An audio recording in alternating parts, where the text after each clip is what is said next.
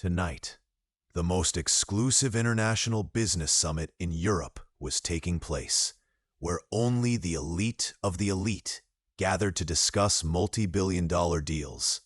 Among the distinguished guests, one man stood out, not just for his wealth, but for his notorious arrogance. Marcus Wellington III, heir to a telecommunications empire worth over $8 billion. Marcus moved through the crowd like a shark through water. His Italian suit, perfectly tailored. His Patek Philippe watch, catching the light with every gesture. At 35, he had inherited not only his father's fortune, but also his belief that money was the ultimate measure of a person's worth. He spoke only English and French, considering other languages unnecessary distractions for the truly successful. Languages are for translators and tour guides, he would often say with disdain. Money is the only universal language that matters. The summit was particularly important this year. A massive telecommunications contract with emerging markets in Asia, Africa, and South America was on the table, worth over $2 billion. The winning bidder would need to demonstrate not only financial capacity, but also cultural sensitivity and communication skills with diverse markets. As Marcus exchanged pleasantries with other millionaires, his attention was caught by a commotion at the hotel's reception desk. A young woman, appearing to be no more than 25, was speaking with the concierge. She wore a simple black dress that, while elegant, was clearly not from a high-end designer. Her long dark hair was styled simply, and she carried herself with quiet confidence rather than the flashy ostentation typical of this environment. "Excuse me," she said to the concierge in perfect English. "I believe there's been an error with my registration for the summit." Marcus couldn't help but overhear and immediately assumed she was some kind of service staff, or perhaps a translator hired for the event. Her appearance was too ordinary for this level of gathering. The concierge, looking somewhat flustered, replied, "I'm sorry, miss, but I don't see your name on the attendee list. Are you perhaps accompanying someone?" The young woman smiled patiently. "My name is Sofia Restrepo. I'm representing the Restrepo Group for the telecommunications contract discussions." Marcus nearly choked on his champagne. The Restrepo Group? He had heard whispers about this mysterious company that had emerged as a serious competitor. But no one seemed to know much about them. And this girl was their representative? He approached with the condescending smile he reserved for people he considered beneath him. "Excuse me, miss, but I couldn't help overhearing. You're representing the Restrepo Group?" His tone carried barely concealed amusement. Sophia turned toward him with calm eyes. "Yes, that's correct. And you are?" "Marcus Wellington III," he replied, expecting the usual reaction of awe and deference.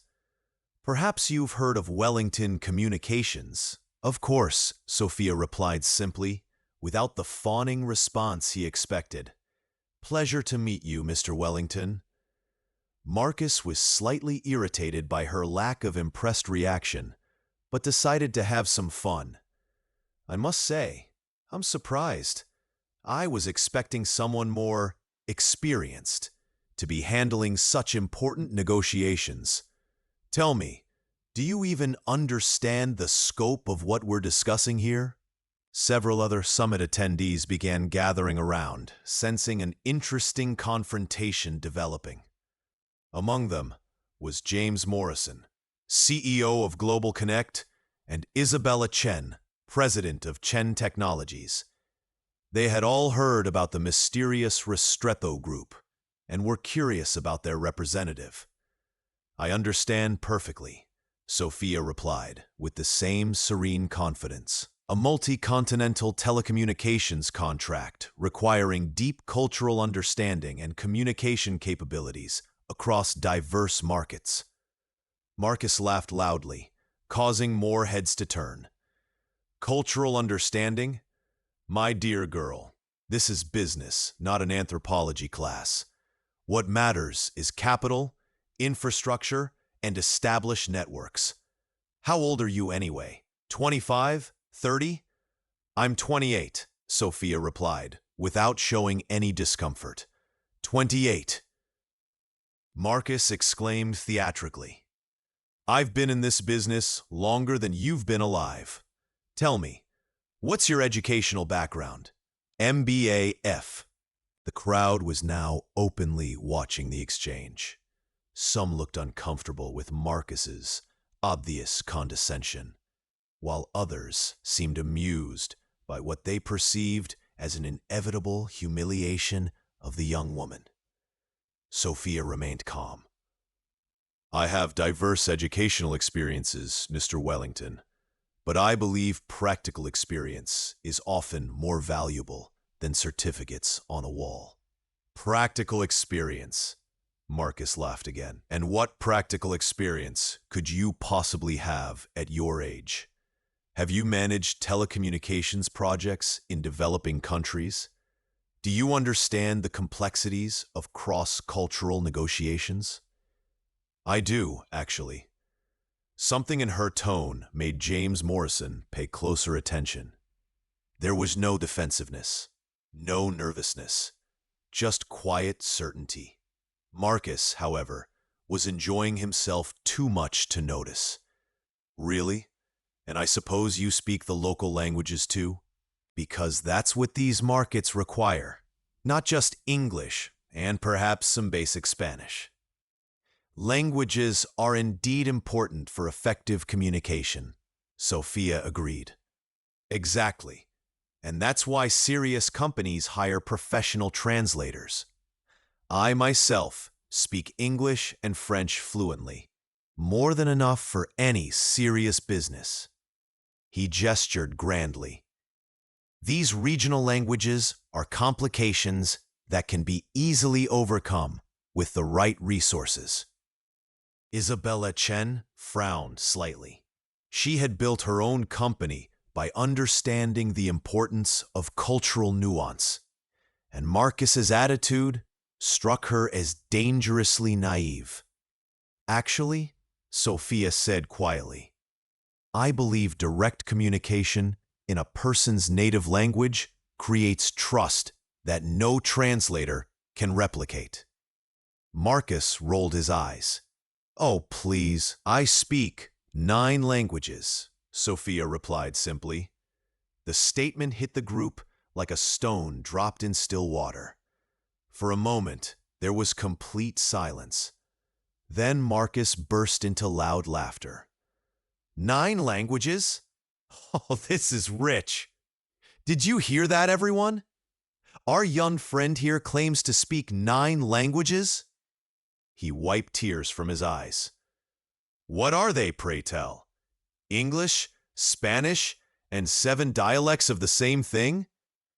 Several people in the crowd looked uncomfortable now. Even those who had initially been amused by the exchange began to sense that Marcus was crossing the line from confidence into cruelty.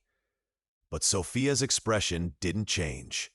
She simply said, English, Spanish, Portuguese, French, Italian, German, Mandarin, Arabic, and Swahili. The silence that followed was different this time.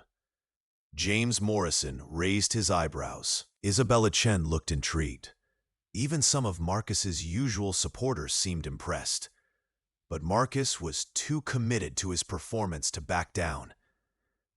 Anyone can memorize a list of languages, my dear. Actual fluency is quite different. I suppose you learned these from, what, language apps? He turned to the crowd with theatrical incredulity. Can you believe this? Where did you study? Asked Isabella Chen, genuinely curious now. Various places, Sophia replied. I believe immersive experience is the best teacher. Marcus seized on what he perceived as evasiveness. Ah, various places. How wonderfully vague. No prestigious universities to mention, no renowned professors, just various places. He was enjoying the attention of the crowd, feeling like he was performing a public service by exposing this obvious fraud. Ladies and gentlemen, this is exactly what's wrong with business today. People think they can fake their way to the top with bold claims and confident attitudes. But in the real world, credentials matter. Experience matters. Proven track records matter. He turned back to Sophia with a patronizing smile. I'm sure you're a lovely girl, and perhaps you have potential, but this level of business requires serious professionals. Maybe you should start with smaller contracts and work your way up. Several people in the crowd now looked openly uncomfortable. The humiliation was becoming excessive, even by the standards of this competitive environment. But Sophia remained unflappable. I appreciate your advice, Mr. Wellington. Experience is indeed valuable. Exactly, Marcus exclaimed, mistaking her graciousness for capitulation. I'm glad you understand. Nothing personal, of course. I'm just trying to save everyone some time and embarrassment. James Morrison cleared his throat. Perhaps we shouldn't judge capabilities so quickly, Marcus. Some of the most successful people I know came from unexpected backgrounds. Marcus waved dismissively. James, you're too kind-hearted. But this is business, not charity. We can't afford to waste time on feel-good stories when billions are at stake. He looked around the group with satisfaction, feeling he had successfully established the natural order, the experienced professional versus the naive pretender, the established player versus the ambitious amateur. What Marcus didn't notice was that several observers were beginning to look at him with something approaching distaste. His confidence was transforming into something uglier, and Sophia's gracious responses were making his attacks seem increasingly disproportionate. Isabella Chen, in particular, was studying Sophia with growing interest. She had built her own empire by recognizing talent that others overlooked. And there was something about this young woman that didn't fit Marcus's dismissive characterization. The concierge, meanwhile, had been quietly making phone calls to resolve the registration issue. He approached Sophia with renewed respect. Miss Restrepo, I apologize for the confusion. Your credentials have been verified, and you're confirmed for all tomorrow's sessions. Thank you. Sophia replied simply. Marcus barely glanced at the interaction, too busy basking in what he considered his victory. He had no way of knowing that his moment of triumph was about to become the beginning of the most humbling experience of his life. The next morning arrived with the crisp efficiency of Swiss hospitality. The main conference hall was an architectural marvel. Floor-to-ceiling windows overlooked Lake Geneva, and the room was equipped with state-of-the-art simultaneous translation booths for 12 languages. The morning session was dedicated to presentations from companies bidding for the massive contract. Marcus arrived fashionably late, making his entrance with the casual arrogance of someone who had never doubted his own importance. He wore another impeccable suit, and his team of 6 assistants followed him like a well-dressed entourage. He had spent the evening regaling his dinner companions with the story of the delusional girl who claimed to speak 9 languages, turning Sophia into a cautionary tale about the dangers of allowing unqualified people into serious business environments. The presentation schedule was posted at the entrance. Wellington Communications would present first, followed by 4 other major corporations, with the Restrepo Group scheduled last. Marcus smirked when he saw this. Clearly, they were being given the least favorable time slot as a courtesy, expected to deliver a perfunctory presentation before the serious decision-making began. Classic mistake, he murmured to his lead assistant. They should have declined gracefully last night instead of setting themselves up for public embarrassment. As attendees filed in, Marcus noticed Sophia sitting quietly in the 3rd row, reviewing what appeared to be handwritten notes. She wore a professional navy blue suit that was elegant but unremarkable, and she seemed completely at ease despite being surrounded by some of the most powerful telecommunications executives in the world. Ladies and gentlemen, announced the summit moderator, Dr. Heinrich Müller, a distinguished Swiss economist. Welcome to the final round of presentations for the Global South Telecommunications Initiative.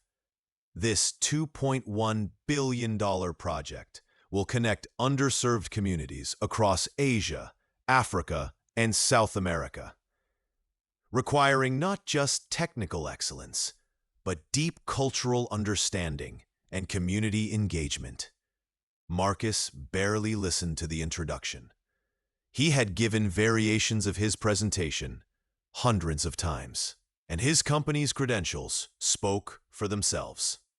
Established infrastructure, proven technology, and the financial backing to complete projects on schedule. What more could anyone want? Our first presenter is Marcus Wellington III, representing Wellington Communications. Marcus strode to the podium with characteristic confidence. His presentation was polished and professional, filled with impressive statistics, financial projections, and case studies of successful projects in developed markets. He spoke about scalable solutions. Wellington Communications has the resources and experience to deliver this project efficiently and profitably, he concluded. We've been connecting the world for over 50 years, and we know what works. The applause was respectful, but not enthusiastic. Marcus noticed several attendees seemed distracted, checking their phones or whispering to colleagues. He attributed this to their intimidation by his company's obvious superiority. The next 3 presentations followed similar patterns. Impressive credentials, proven track records, and confident projections. Each company emphasized their technical capabilities and financial strength. Then, Dr. Müller announced, "Our final presenter is Sophia Restrepo, representing the Restrepo Group."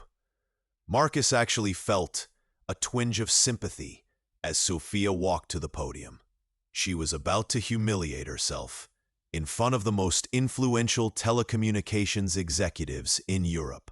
He considered it a teachable moment about the importance of knowing one's limitations.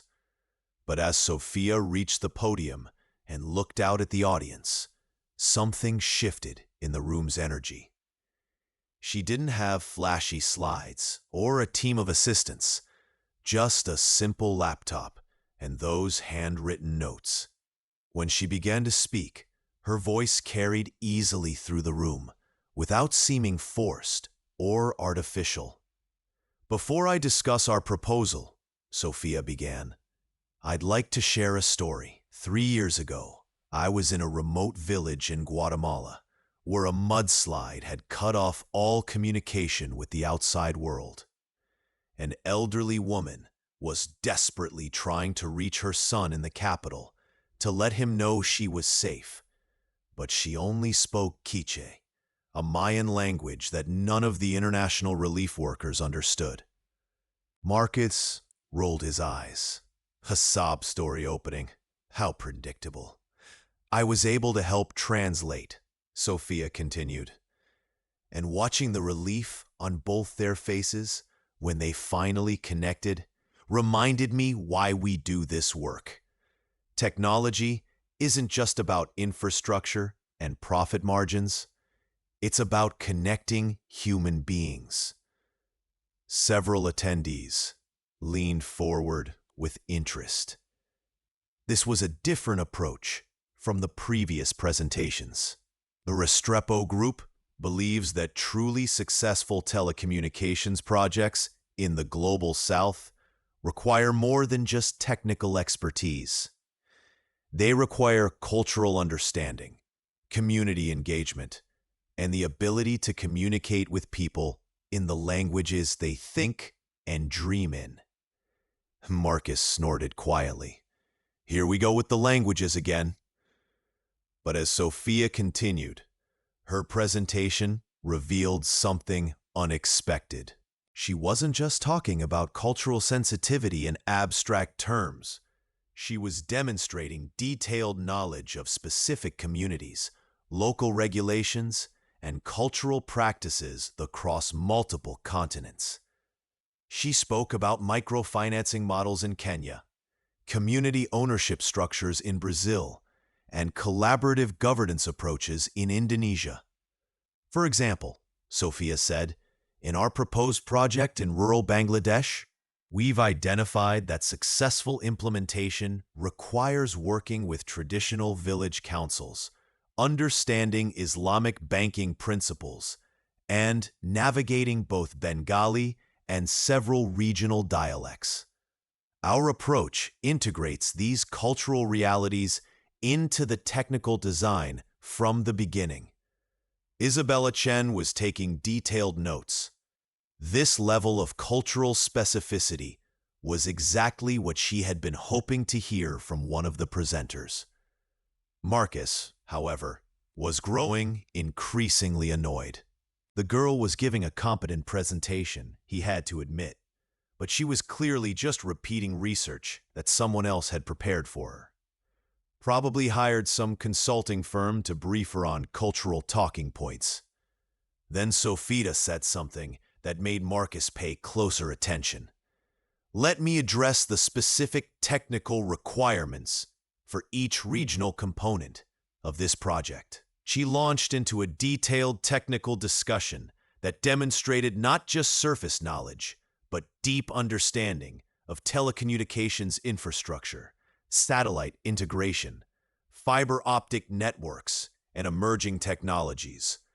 She discussed spectrum allocation challenges in different regulatory environments, explained innovative solutions for power grid limitations, and outlined creative approaches to equipment maintenance in remote locations. James Morrison found himself genuinely impressed. This wasn't consultant-prepared research. This was someone who clearly understood both the technical and cultural dimensions of the work. But Marcus remained skeptical. Anyone could memorize technical specifications if they studied hard enough. The real test was experience, and at 28, she simply couldn't have the experience necessary for a project of this magnitude.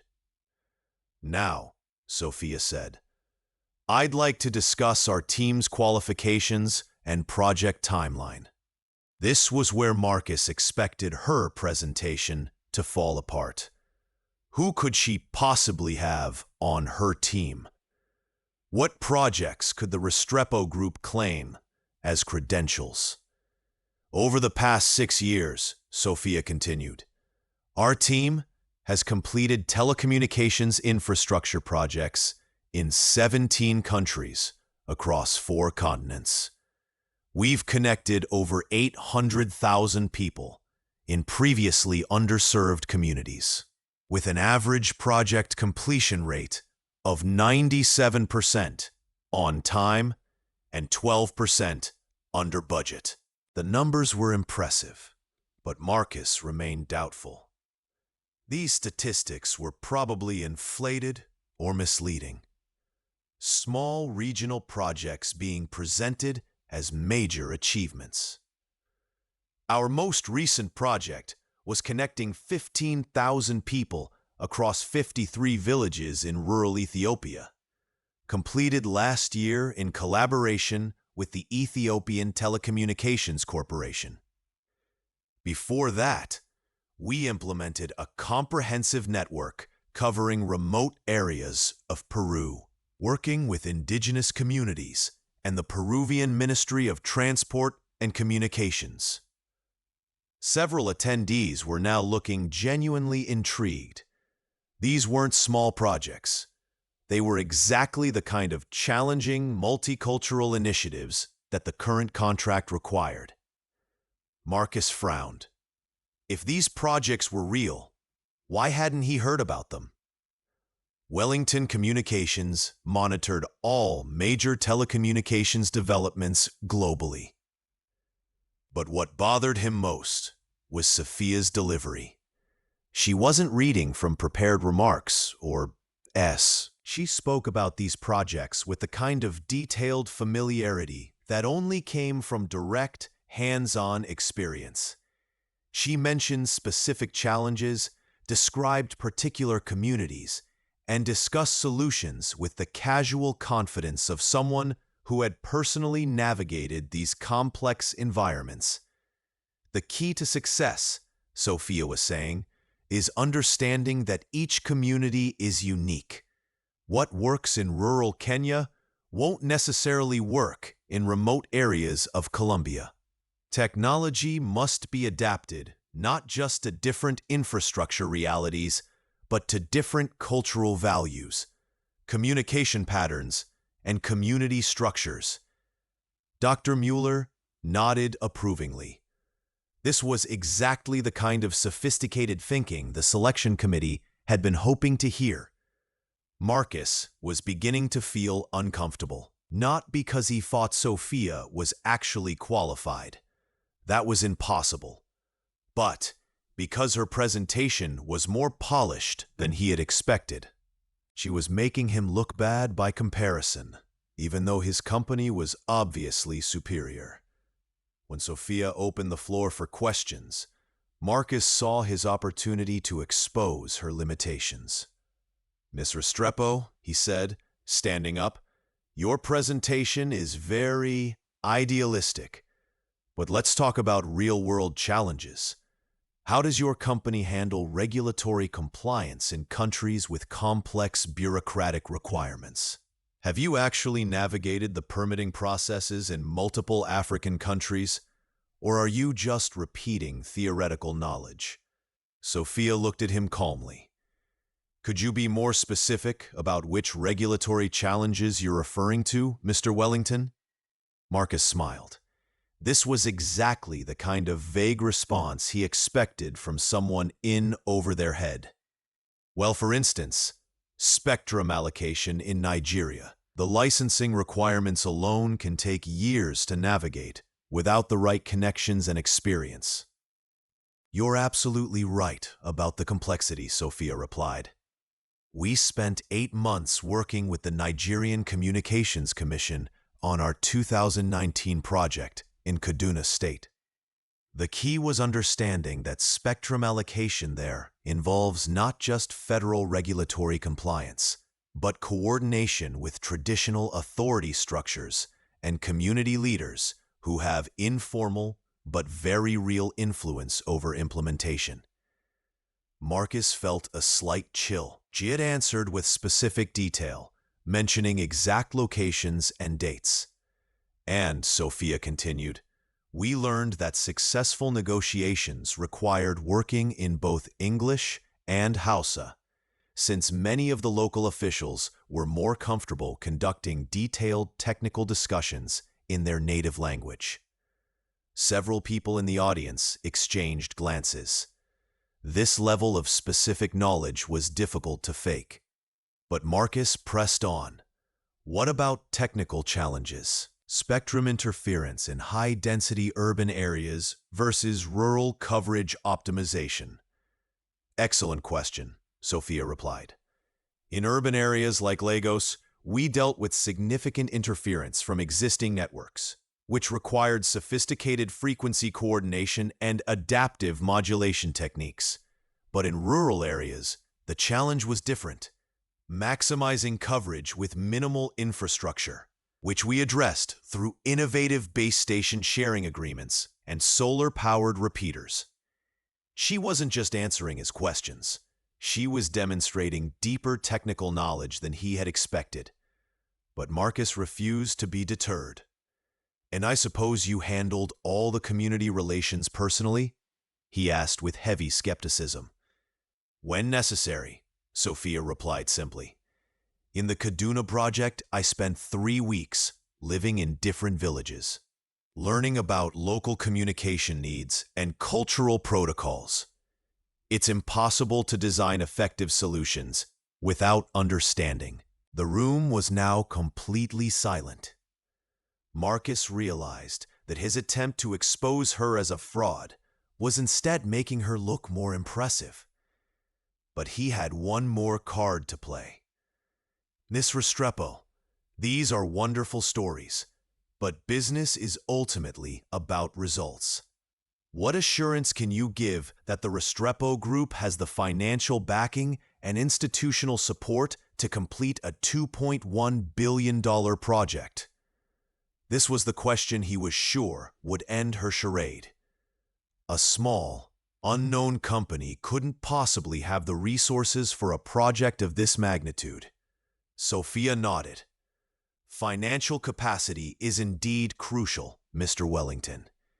Our project financing is secured through a consortium, including the Inter-American Development Bank, the African Development Bank, and the Asian Infrastructure Investment Bank, with additional backing from the European Bank for Reconstruction and Development." Marcus felt the ground shifting beneath him. These were exactly the kind of institutional partnerships that major projects required. "Additionally," Sophia continued, "we have technical partnerships with Ericsson for infrastructure, Huawei for 5G components, and Nokia for network management systems.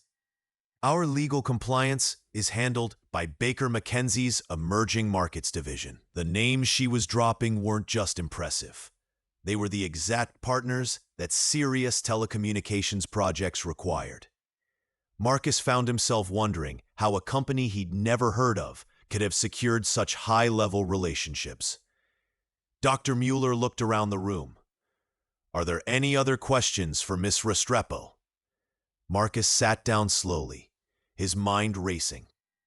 Either this woman was running an elaborate con with impossible-to-fake credentials, or she was exactly what she appeared to be, a serious professional representing a serious company. But that was impossible. She was too young, too unknown, too ordinary-looking. People who wielded this kind of influence and expertise didn't appear out of nowhere. As Sophia concluded her presentation and returned to her seat, Marcus found himself studying her with new eyes. There was something about her calm confidence that was beginning to make him deeply uncomfortable. He had built his entire identity around being the most knowledgeable, most experienced, most qualified person in any room. For the first time in his adult life, he was beginning to suspect that he might be wrong. The presentation session concluded with polite applause, but the real drama began during the networking lunch that followed. The attendees were buzzing with discussions about the unexpected final presentation, and Marcus found himself increasingly isolated as conversations swirled around Sophia's impressive credentials. Marcus cornered James Morrison near the buffet table. "Jim, you can't seriously be considering that Restrepo proposal.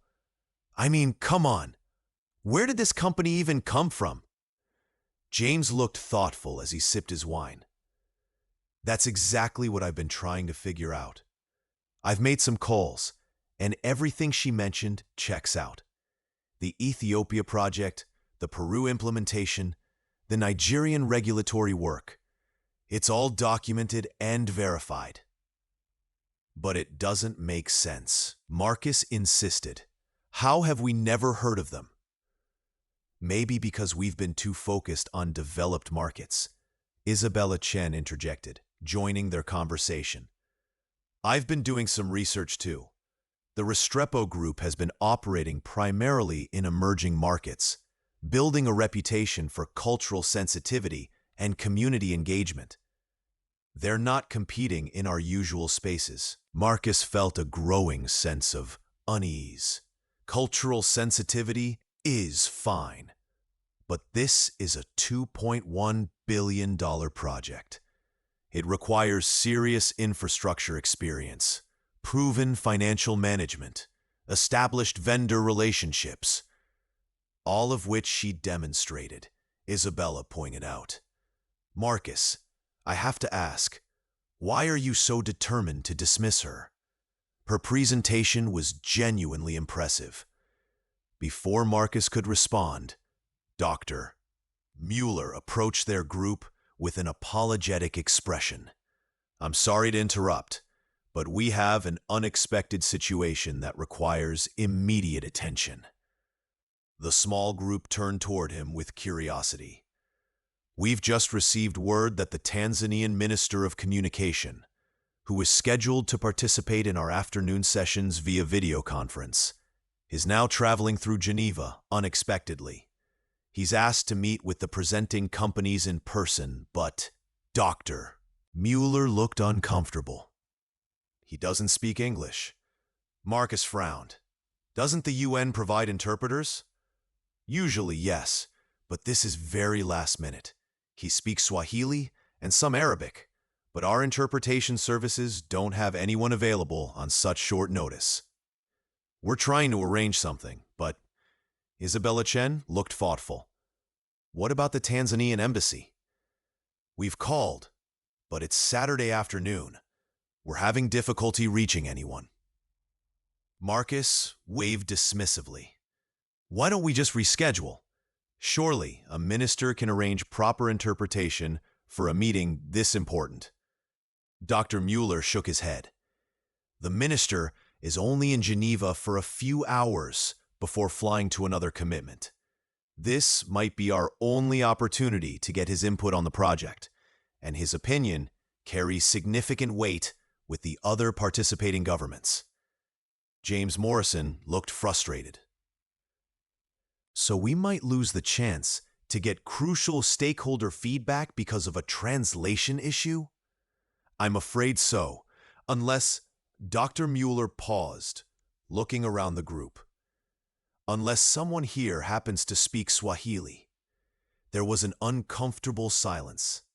Marcus, despite his earlier dismissiveness of regional languages, found himself wishing he had invested in broader linguistic capabilities. Actually, came a quiet voice from behind them. I speak Swahili. They turned to see Sophia approaching the group. She had overheard the conversation and was offering her assistance with the same calm confidence she had displayed all day. Marcus immediately felt suspicious. Oh, convenient. First you claim to speak 9 languages, and now exactly the language we need just happens to be on your list? Sophia looked at him without defensiveness. Swahili is widely spoken across East Africa. It seemed practical to learn when working on telecommunications projects in that region. Dr. Mueller looked relieved. Ms. Restrepo, would you be willing to serve as interpreter? This would be enormously helpful. Of course, Sophia replied. When will the minister arrive? Within the hour. But, Dr. Mueller hesitated, I should mention that Minister Nyere is known for being very direct. He asks pointed technical questions and doesn't tolerate vague answers. The interpretation will need to be precise and nuanced. Marcus saw an opportunity to expose Sophia's limitations. Dr. Mueller, with all due respect, Technical interpretation requires specialized vocabulary and cultural understanding. Perhaps we should wait for a professional interpreter rather than risk miscommunication on such an important matter. Marcus has a point, James Morrison added, though not unkindly. No offense, Sophia, but simultaneous interpretation of technical discussions is incredibly challenging, even for professionals. Sophia nodded thoughtfully. You're absolutely right that it's challenging. Technical interpretation requires not just linguistic fluency, but understanding of the subject matter and cultural context. Would it help if I provided a brief demonstration? Before anyone could respond, she pulled out her phone and dialed a number. After a moment, she began speaking in what was clearly Swahili, her voice taking on different rhythms and intonations than her English speech. Marcus couldn't understand the words, but he could hear the fluency. This wasn't someone struggling through memorized phrases. This was natural, conversational speech with the kind of subtle variations that indicated native-level competence.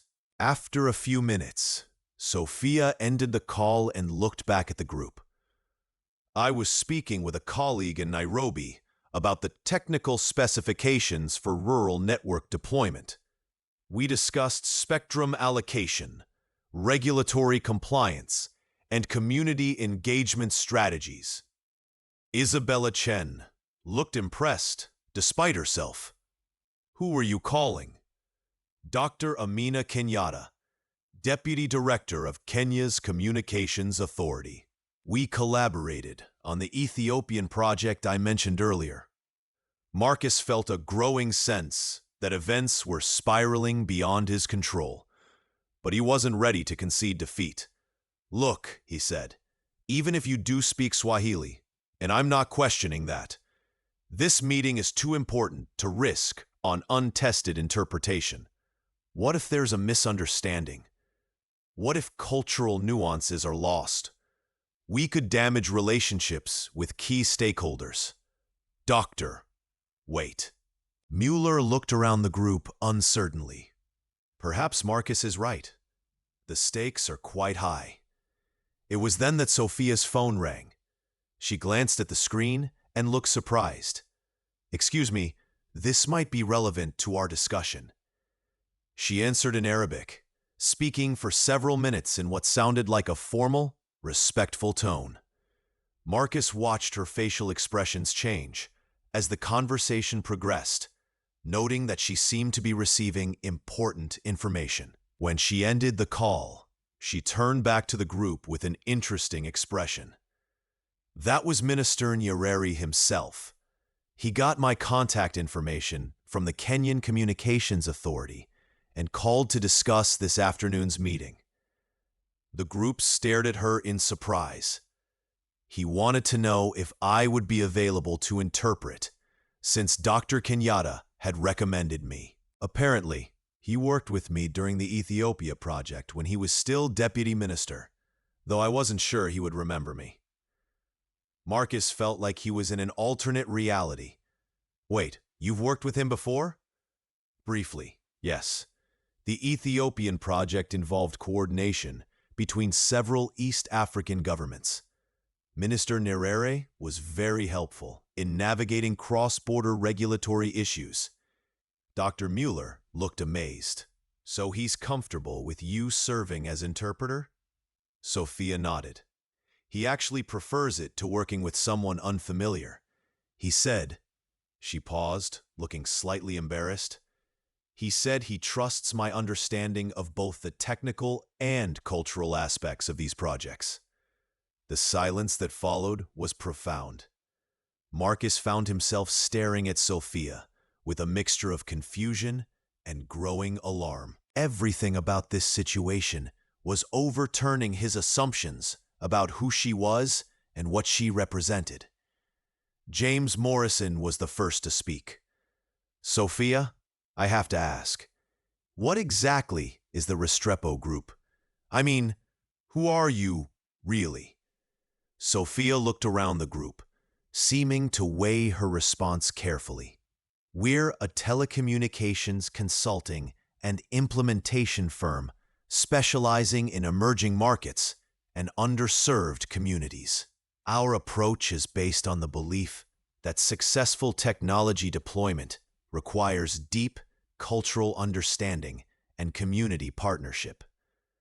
"But how did you develop these relationships?" Isabella Chen pressed.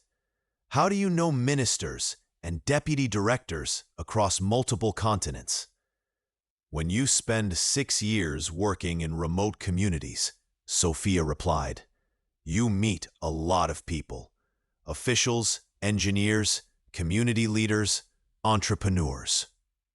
Many of them remember collaborative partnerships more than they remember large corporate contracts." Marcus was struggling to process what he was hearing. "But you're so young. How could you have built this kind of network?" For the first time all day, Sophia's expression showed a hint of something other than calm professionalism. It might have been sadness, or maybe resignation. "Mr. Wellington," she said quietly, "I started working when I was 16. Not by choice, but by necessity. I learned languages because I needed to communicate with people who could help my family survive. I learned about telecommunications because it was the industry that offered opportunities for someone with my background." The group fell silent, sensing that they were finally getting a glimpse of the real story behind Sophia's impressive credentials. "I've spent the last 12 years working in places where most companies won't go, with communities that most executives never see. I learned Swahili living in Kenya while working on rural electrification projects. I learned Arabic working with refugee communities in Jordan. I learned Mandarin because Chinese infrastructure investment is transforming Africa, and someone needs to help local communities understand what's happening to their land." Marcus found himself unable to speak. The confidence and dismissiveness that had carried him through the day were crumbling in the face of a story that was far more complex and impressive than anything he had imagined. "So when Minister Nyerere remembers me," Sophia continued, "it's not because of corporate networking or business development. It's because I spent 3 weeks in rural Tanzania helping connect villages that had been waiting 5 years for telecommunications access, learning about local governance structures and traditional communication systems, so we could design solutions that actually worked for the people who needed them." Dr. Mueller was staring at her with newfound respect. "Miss Restrepo, I think we'd be honored to have you interpret for this afternoon's meeting." Sophia nodded. "I'll do my best to serve everyone's interests fairly." As the group began to disperse to prepare for the minister's arrival, Marcus found himself standing alone with Sophia for a moment. "I owe you an apology," he said quietly, though it clearly cost him considerable effort. Sophia looked at him with those same calm eyes. "You don't owe me anything, Mr. Wellington. We all make assumptions based on limited information." But as she walked away, Marcus realized that his assumptions had been based on more than limited information. They had been based on prejudice, arrogance, and a fundamental inability to imagine that someone who didn't look like him or come from his background could possibly possess superior knowledge and experience. For the first time in his adult life, Marcus Wellington III was beginning to understand that he might not be the most qualified person in the room. And that realization terrified him more than he was willing to admit. Minister Hassan Nyerere arrived exactly on schedule, accompanied by a small entourage that included his chief technology officer and a cultural attaché. He was a tall, dignified man in his 50s with a commanding presence that immediately commanded respect from everyone in the room. Marcus had spent the past hour frantically researching Sophia and the Restrepo Group, making phone calls to contacts across the industry. What he discovered had shaken him to his core. Every project she had mentioned was not only real, but had been recognized with industry awards for innovation and community impact. The Restrepo Group had been quietly building a reputation as the premier firm for complex, culturally sensitive telecommunications projects in emerging markets. As Minister Nyeri entered the conference room, his face lit up when he saw Sophia. "Sophia!" he exclaimed in Swahili, walking directly to her with outstretched hands. "Mambo vipi? How wonderful to see you again." Sophia responded warmly in Swahili, and the two engaged in what was clearly a conversation between old colleagues and friends. Marcus watched, unable to understand the words, but recognizing the unmistakable tone of mutual respect and genuine warmth. After several minutes, Sophia turned to the assembled group. "Minister Nyerere is pleased to meet with everyone. He's particularly interested in understanding how each company approaches community engagement and cultural sensitivity in their telecommunications projects." Dr. Mueller gestured toward the conference table. "Please, let's all be seated." As they settled around the table, Marcus found himself studying the dynamic between Sophia and the minister. She wasn't just interpreting. She was clearly someone he trusted and valued. The way he looked to her for guidance on technical terms, the ease with which they communicated, and the obvious respect he showed her opinions made it clear that their relationship went far beyond a simple professional acquaintance. Minister Nyerere began speaking in Swahili, his voice carrying the authority of someone accustomed to being heard. Sophia listened carefully, occasionally asking clarifying questions, then turned to translate. The minister wants to begin by understanding each company's philosophy regarding community ownership of telecommunications infrastructure. He's particularly concerned about projects that create dependency rather than empowerment. Marcus shifted uncomfortably. Wellington Communications' standard approach was to maintain full control of infrastructure to ensure quality and profitability. Community ownership was never part of their model. Dr. Mueller gestured toward Marcus. "Perhaps we could start with Wellington Communications?" Marcus cleared his throat, suddenly aware that his usual presentation style might not resonate with this audience. "Well, Minister, Wellington Communications believes in providing reliable, professional service through established infrastructure management protocols." As Sophia translated his words into Swahili, Marcus noticed the minister's expression becoming increasingly skeptical. The minister responded with what sounded like a pointed question. Sophia turned back to Marcus. "The minister asks whether Wellington Communications has experience with community-owned telecommunications cooperatives and how you would handle situations where local communities want to participate in infrastructure ownership and maintenance." Marcus felt sweat beading on his forehead. We generally find that professional management ensures better service quality. Community involvement can be complicated." As Sophia translated this response, he spoke rapidly in Swahili, his tone becoming more formal and distant. Sophia's translation was diplomatic but clear. "The minister appreciates your focus on quality, but he emphasizes that sustainable telecommunications development in Africa requires community ownership and local capacity building.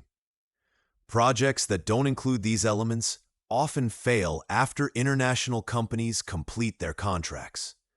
James Morrison leaned forward. Minister, Global Connect has had some success with public-private partnerships. We work with local governments to ensure sustainable operations. As the questioning continued, it became increasingly clear that Minister Nyereri's priorities were dramatically. He wasn't just interested in technical capabilities and financial strength. He wanted to understand how projects would benefit local communities long-term, how they would build local expertise, and how they would integrate with traditional social structures. Sophia's interpretation was flawless, capturing not just the literal meaning of his questions, but the cultural context and underlying concerns. Marcus realized that without her linguistic skills, this conversation would have been impossible, and the participating companies would have missed crucial insights into what the project stakeholders actually wanted. But what struck him most was how the minister consistently turned to Sophia for her opinion on the company's responses. It wasn't just interpretation. He was clearly seeking her assessment of whether the proposed approaches would actually work in practice. When Isabella Chen presented her company's community engagement strategy, Minister Nyere asked Sophia directly, "What do you think of this approach? Have you seen similar models work effectively?" Sophia considered the question carefully before responding in Swahili. Her answer was lengthy and detailed, clearly drawing on specific experiences. The minister nodded thoughtfully and asked several follow-up questions. Marcus found himself desperate to understand what they were discussing. The conversation had moved beyond simple Q&A into what appeared to be a sophisticated technical and cultural consultation between two experts. Finally, Sophia turned back to the group. The minister appreciates Chen Technology's focus on community training programs. I was sharing examples from our Peru project, where local technical training was essential for long-term success. The minister asks whether Chen Technologies would be willing to guarantee that at least 60% of technical positions would be filled by locally trained personnel within 3 years of project completion. Isabella Chen looked surprised by the specific requirement, but nodded. That's certainly something we could commit to, with proper support for training programs. Minister Nyerere smiled and spoke approvingly in Swahili. Then he turned his attention directly to Sophia and began speaking at length.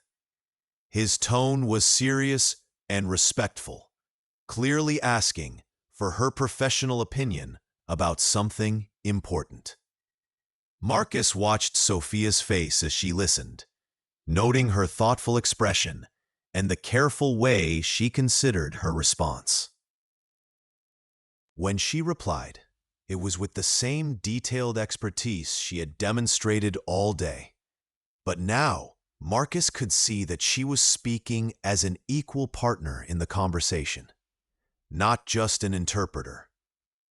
The exchange continued for nearly 10 minutes, with both Sophia and the minister drawing diagrams on napkins and gesturing animatedly as they discussed what appeared to be complex technical concepts.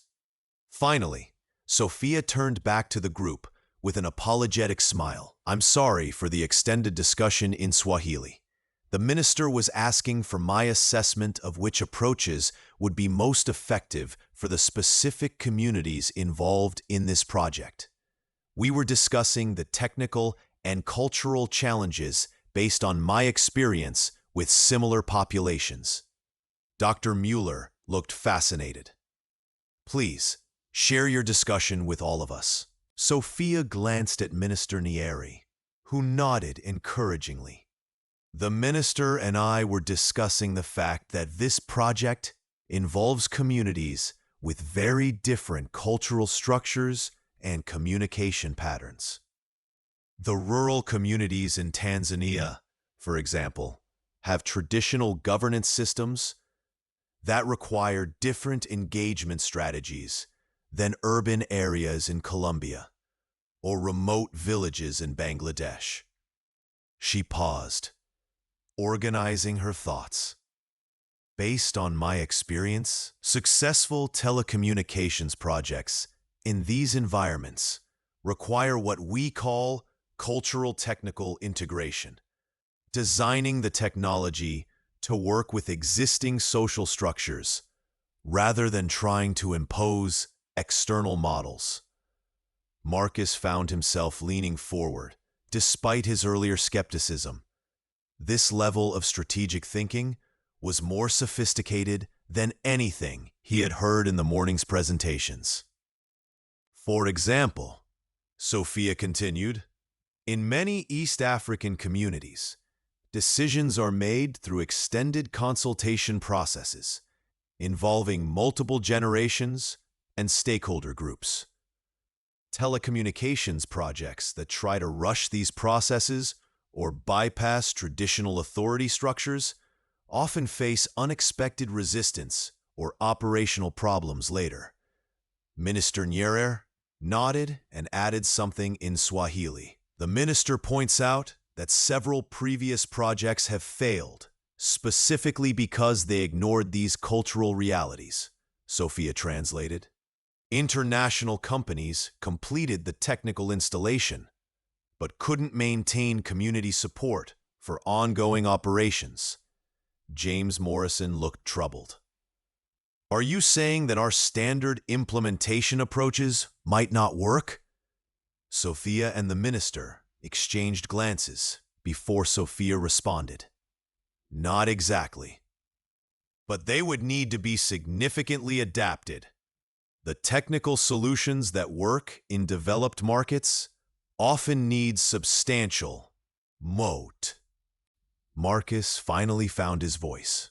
But surely the basic technology is universal. Infrastructure is infrastructure, regardless of cultural context. As Sophia translated his question, Minister Nyerere's response was swift and emphatic.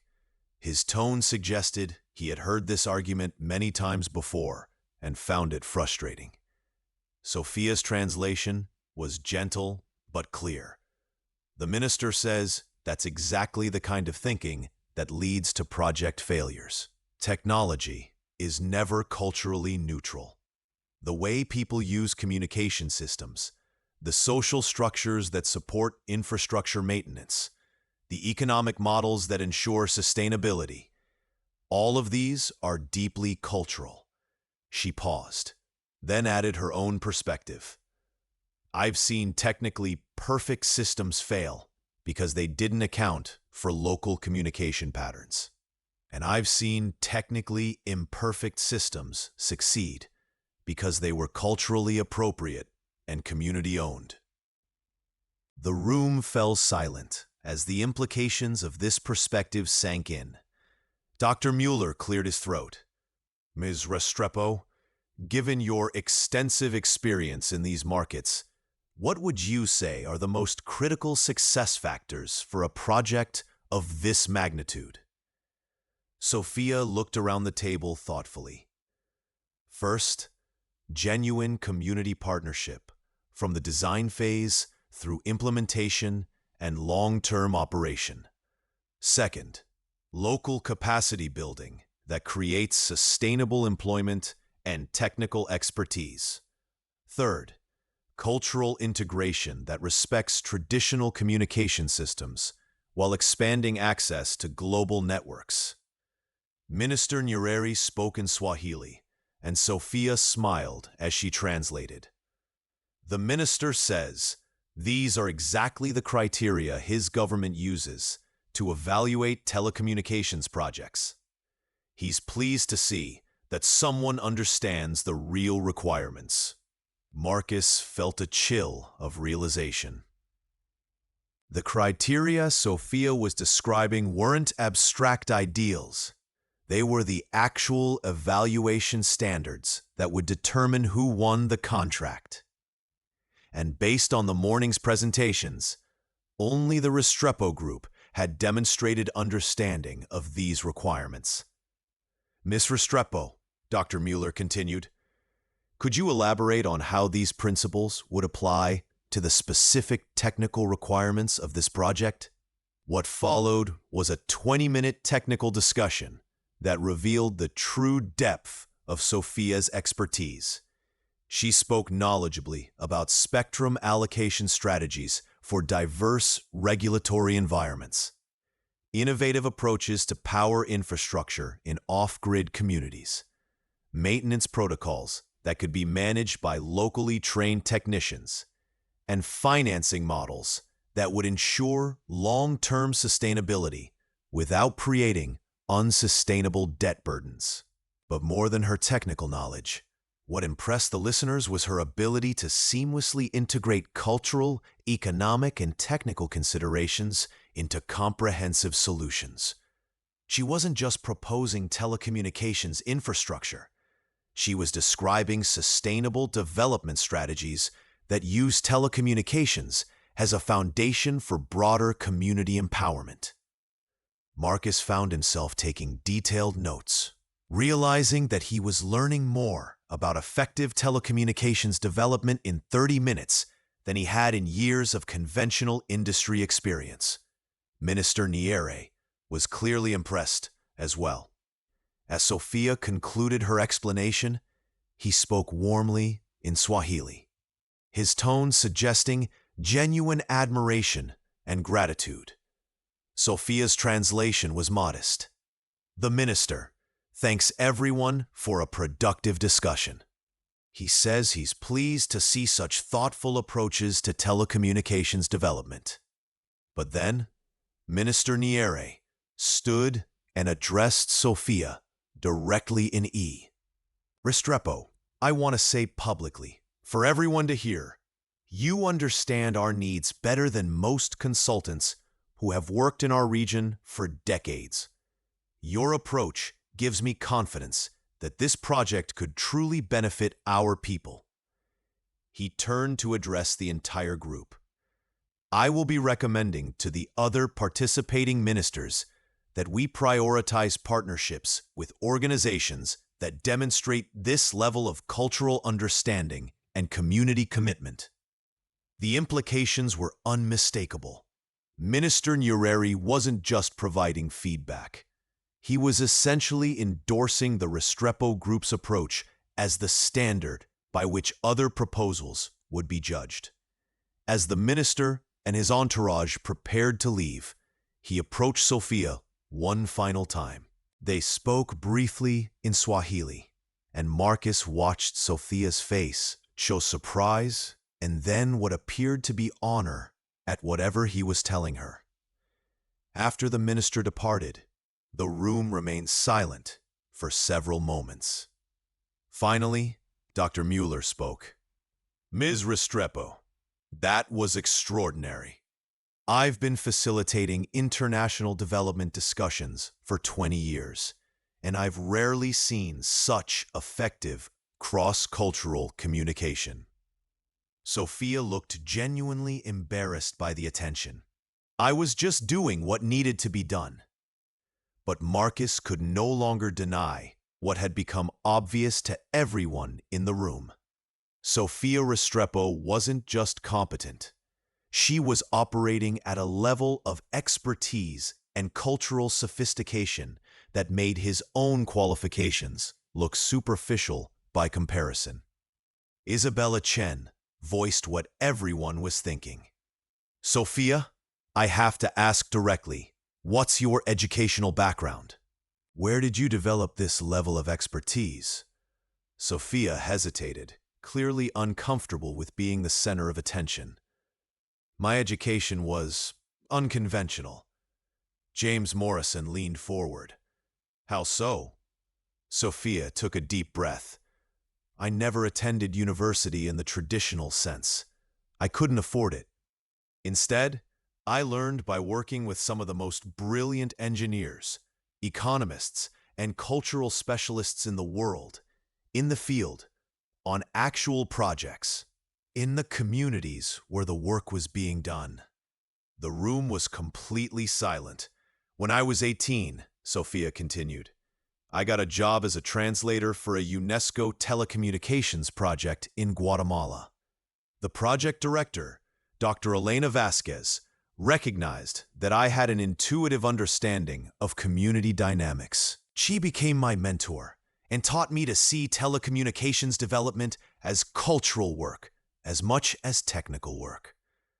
Marcus found himself hanging on every word.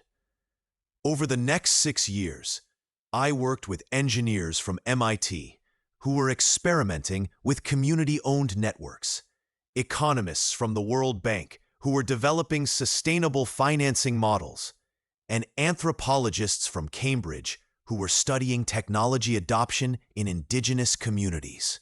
My classroom was villages in Kenya, favelas in Brazil, refugee camps in Jordan. She paused, looking around the room. I learned Swahili from the families I lived with in rural Tanzania. I learned Arabic from Palestinian engineers who were building communication networks in impossible circumstances. I learned Mandarin because Chinese infrastructure investment was transforming every continent, and someone needed to help local communities understand what was happening. Isabella Chen shook her head in amazement. So you've essentially created your own PhD program through direct experience with world-class experts and real-world applications. Something like that, Sophia replied. Though I've never thought of it in academic terms. I just focused on learning whatever was necessary to help communities access the communications technology they needed to improve their lives. Dr. Mueller looked around the table.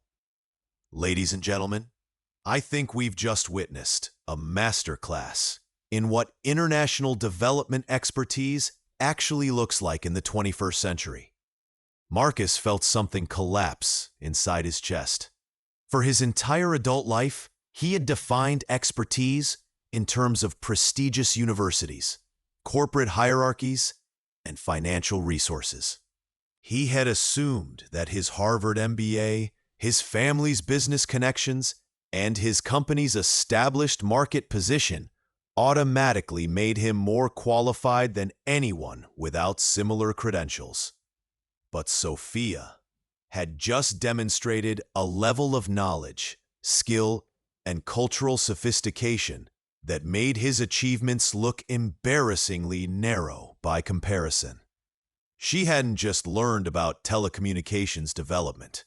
She had lived it, breathed it, and mastered it in ways that no traditional educational program could provide.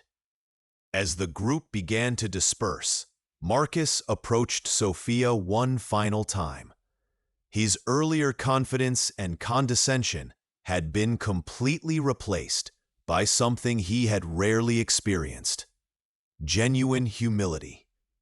Sophia, he said quietly, I owe you more than an apology. I owe you my respect and my acknowledgement that I was completely wrong about your qualifications. Sophia looked at him with those same calm eyes, now tinged with what might have been compassion. I also owe you an explanation, Marcus continued, his voice barely above a whisper. My behavior today was inexcusable. I made assumptions based on your age, your appearance, your background. Assumptions that revealed my own ignorance and prejudice rather than any truth about your capabilities. Sophia listened, without interruption. I've spent my entire career believing that success came from prestigious credentials and established networks, Marcus went on. I never imagined that someone could build expertise through direct experience and dedicated service. I never considered that my privileged educational opportunities might actually be less valuable than the kind of real-world learning you've pursued. He paused, struggling with words that went against everything he had believed about himself and his place in the world. You've opened my eyes to the possibility that I've been living in a very small, very insular world, and that there's an entire universe of knowledge and expertise that I've been too arrogant to recognize. Sophia remained silent for a long moment, then spoke with characteristic gentleness. Mr. Wellington, we all work with the information and experiences we have. The important thing is remaining open to learning and growing. Marcus looked at her with newfound amazement.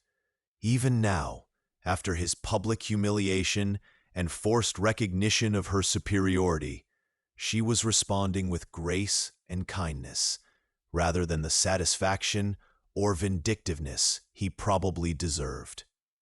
I don't deserve your generosity, he said, but I'm grateful for it, and I'm grateful for the education you've given me today about telecommunications, about cultural competency, and about what real expertise actually looks like. As Sophia walked away, Marcus stood alone in the empty conference room, contemplating the complete transformation of his understanding of himself and his place in the world. For the first time in his life, he was beginning to grasp how much he didn't know and how much he needed to learn. 3 weeks later, Marcus Wellington III sat in his corner office overlooking Manhattan. But the view that had once filled him with pride now seemed somehow smaller. The phone call he had been dreading finally came at 3:47 p.m. on a Tuesday afternoon. "Mr. Wellington," came Dr. Mueller's voice through the speaker. "I'm calling to inform you that the Global South Telecommunications Initiative contract has been awarded to the Restrepo Group." Marcus had known this outcome was inevitable since the day of Minister Nyereri's visit, but hearing the official confirmation still felt like a physical blow. "I understand," he managed to say. "Congratulations to Miss Restrepo." "Marcus," Dr. Mueller continued, his tone gentler, "I want you to know that your company's technical capabilities were never in question. But the selection committee felt that the Restrepo Group's approach better aligned with the project's community development objectives." After ending the call, Marcus sat in silence for nearly an hour, staring at the diplomas and awards that lined his office walls. Harvard Business School, MBA, Outstanding Young Executive of the Year, Telecommunications Industry Leadership Award. Achievements that had once defined his identity, but now seemed to represent a very narrow slice of what expertise could look like. His assistant knocked and entered with his afternoon schedule. "Mr. Wellington, your 4:30 appointment is here." Marcus looked up, confused. He hadn't scheduled any meetings for the afternoon. Sophia Restrepo, his assistant, clarified. "She said you had discussed meeting to discuss potential collaboration opportunities." Marcus felt his pulse quicken. He had indeed mentioned this possibility during their final conversation in Geneva, though he hadn't expected her to follow through. "Send her in." Sophia entered his office, wearing the same understated professionalism she had displayed in Switzerland. But now, Marcus saw her with completely different eyes. Where he had once seen ordinary appearance and youth, he now recognized quiet authority and hard-earned wisdom. Ms. Restrepo, he said, rising from his desk, thank you for coming, and congratulations on winning the contract. It was well-deserved. Thank you, Mr. Wellington, and please, call me Sophia. She looked around his impressive office with what seemed to be genuine interest rather than intimidation. You have a beautiful view. As they settled into the sitting area by the window, Marcus found himself genuinely nervous for the first time in years. This woman, whom he had dismissed as an unqualified pretender just weeks ago, now held a position of influence and expertise that he genuinely respected. Sophia, I asked to meet because I've been doing a lot of thinking since Geneva. About my company, about my approach to business, and about my own limitations. Sophia listened with the same attentive presence he remembered. I've realized that Wellington Communications has been operating in a bubble, Marcus continued. We've been successful in developed markets, but we've completely ignored the kinds of opportunities you've been pursuing. More than that, we've ignored the kinds of communities that could benefit from our resources. He paused, organizing his thoughts. I want to change that, not just for business reasons, though I think there are compelling business reasons, but because I've come to understand that what you're doing, connecting underserved communities, building local capacity, respecting cultural differences, that's actually what telecommunications should be about. Sophia's expression remained neutral, but Marcus sensed that she was carefully evaluating his sincerity. I'm wondering, Marcus continued, whether there might be opportunities for Wellington Communications to support the kind of work you're doing, not as a competitor, but as a resource partner. We have financial capacity, established vendor relationships, and technical infrastructure that might complement your cultural expertise and community connections. Sophia considered this carefully. What kind of partnership are you envisioning? Marcus had spent weeks preparing for this conversation, but now he found himself speaking from the heart rather than from his prepared talking points. I'm envisioning Wellington Communications learning how to do this work properly, he said, with you as our teacher. The simple honesty of the statement seemed to surprise Sophia.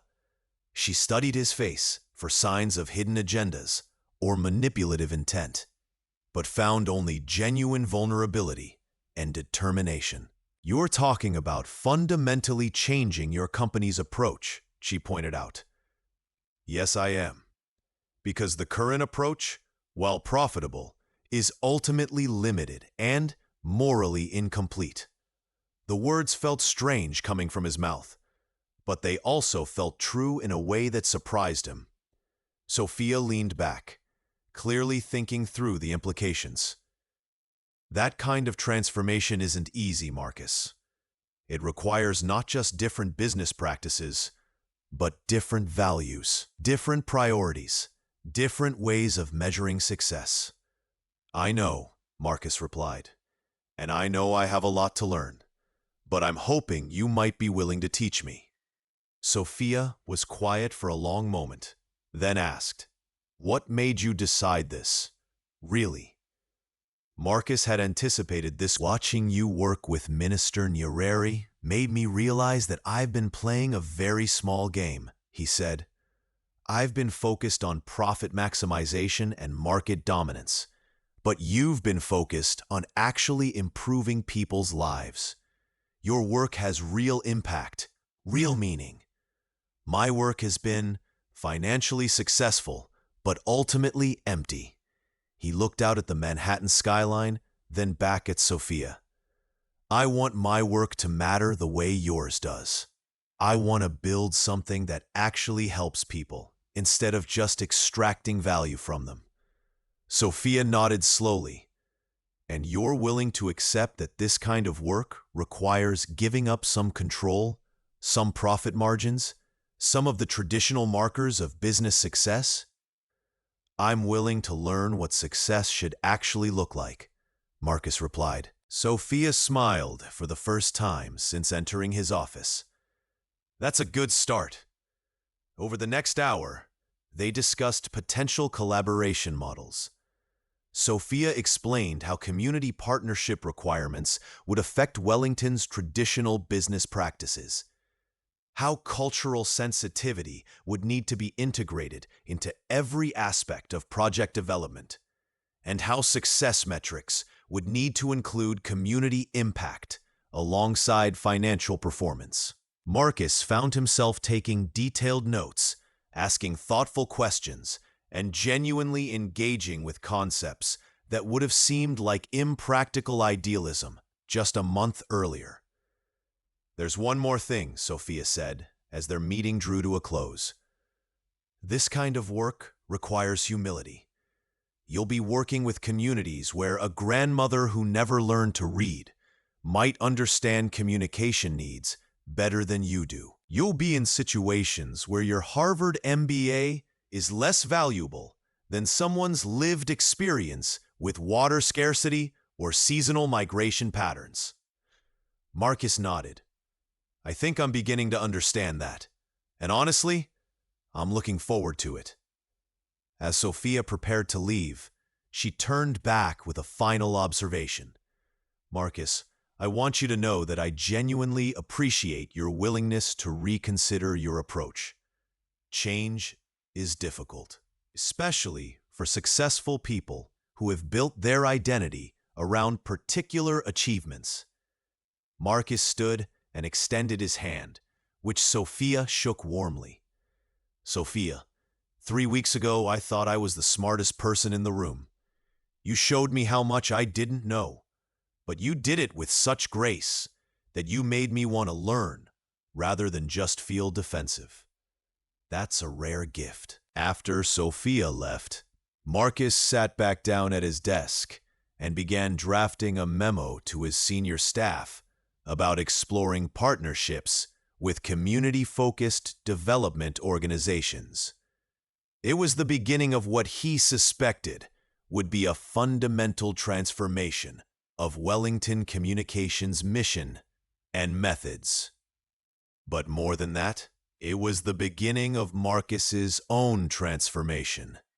From someone who measured worth by credentials and wealth, to someone who was beginning to understand that true expertise came from service, that real success came from impact, and that the most valuable education happened not in elite institutions, but in the communities where people were working to solve real problems. 6 months later, Marcus found himself in a small village in rural Colombia, wearing work clothes instead of a tailored suit, learning to install solar panels from a local engineer who spoke 3 indigenous languages and had never set foot in a university.